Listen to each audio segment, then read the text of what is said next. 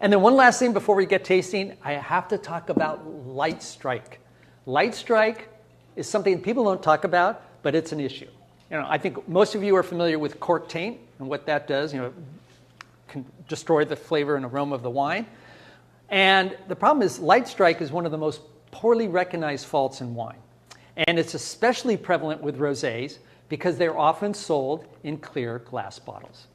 And what happens is light strike, when wine is exposed to light, it transforms some of the amino acids into stinky sulfur products. So things like cabbage or rotten eggs or smelly cheese or even like sewage, not very appetizing.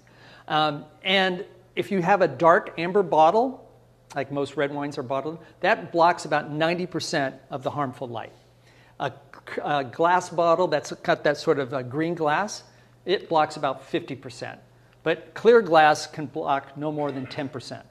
So winemakers are working to minimize the effect of light strike. One of the things they're doing is trying to find yeasts that don't produce this amino acid that causes light strike. They've actually found that this particular amino acid is the riboflavin, which is actually vitamin B2.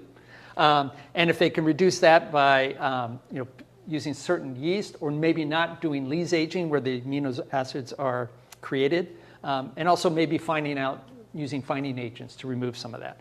But the better thing is just put it in a dark bottle. And if you're buying a wine, make sure it's been stored properly or away from light. I would ask for a wine bottle that's been in the box, maybe in the back of the room or in the back room or on the floor in a box, or buy a wine that's in the shelf that has been exposed as opposed to a bottle standing up in the light of the room.